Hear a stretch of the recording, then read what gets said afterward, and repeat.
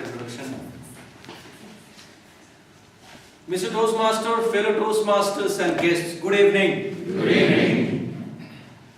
Once upon a time, there was a king. And he was not an ordinary king. He considered himself as the greatest of the kings. And that's why he wanted everything to do. To kingdoms, to palaces, to queens. People would often come to him and praise about his palaces and kingdoms, and he'll feel so nice about it. One day, he hears about a monk. A monk who considered himself as the happiest person on the earth. And he has nothing in his possession except a loincloth, a blanket, and a lamp. The king also hears that this is not an ordinary lamp. When you rub this lamp, unlike an Aladdin's lamp, this will give you twice as much you asked for. And the king gets excited. He calls this monk to his palace and asks, "Oh, I hear about you, that you go from one place to another place, you beg in your begging bowl for the food, you sleep on streets, and you have this loincloth and a blanket. What else do you have?" He says, "Oh, great king, I have this lamp. It's just an ordinary lamp. It helps me in the darkness. It's given to me by father." The king says, "Why don't you give me that lamp? It's such a big lamp, it must be so difficult for you to carry it along. I'll give you a small lamp." He says, No, that's okay, I can carry it. Please don't bother yourself." He says, No. We'll give you a small lamp, jewel encrusted small lamp. He says, "No, thank you so much, king, but I can't really, I would really love to give you, but this is a present, it's a gift from my father." And before king replies him, he just leaves the palace. Now the king gets into a fit of rage. How dare he refuse me something which can give you twice as much I asked for? What will he do with that lamp? I can do so many things. What will he do? Maybe he can ask for 2 blankets, 2 loincloths, 2 begging bowls. And he orders his henchmen, "Get that lamp." The soldiers go, find the monk, beat him up, and snatch that lamp from him. And now the king is really excited. He asks everybody to leave, close the doors of his huge bedroom, and rub the lamp. "Oh, great lamp, give me 100 gold coins." The lamp says, "Why not 200? The king's like, "Wow! Okay, give me 200 gold coins." The lamp says, "Why not 400? Okay, give me 500 gold coins." The lamp says, "Oh, you're such a great king, you have 2 palaces, you have 2 kingdoms, why not 1,000?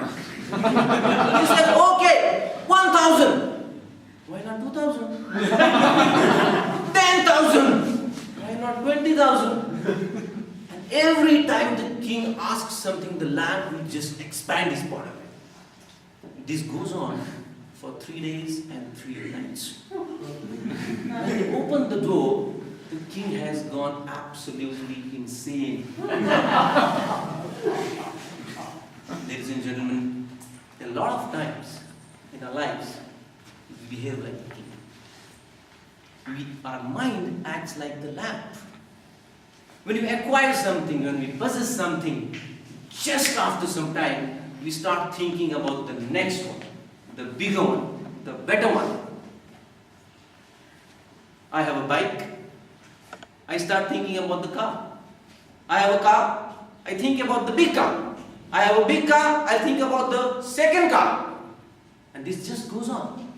Well, there's nothing wrong in asking, aspiring, and wanting for more.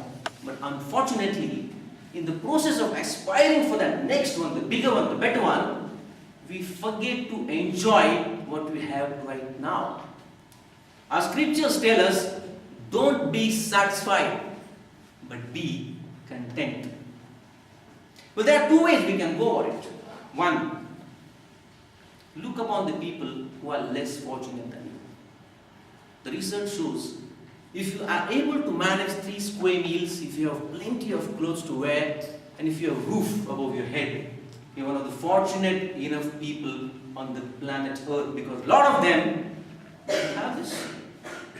Another way, a second way about it, have an attitude of gratitude. Be thankful for whatever you have right now. A lot of us take a lot of small things for granted until we lose them. The other day I was telling one of my friends, we were discussing about attitude of gratitude. I said, oh, I'm thankful for having 2 legs. He said, what?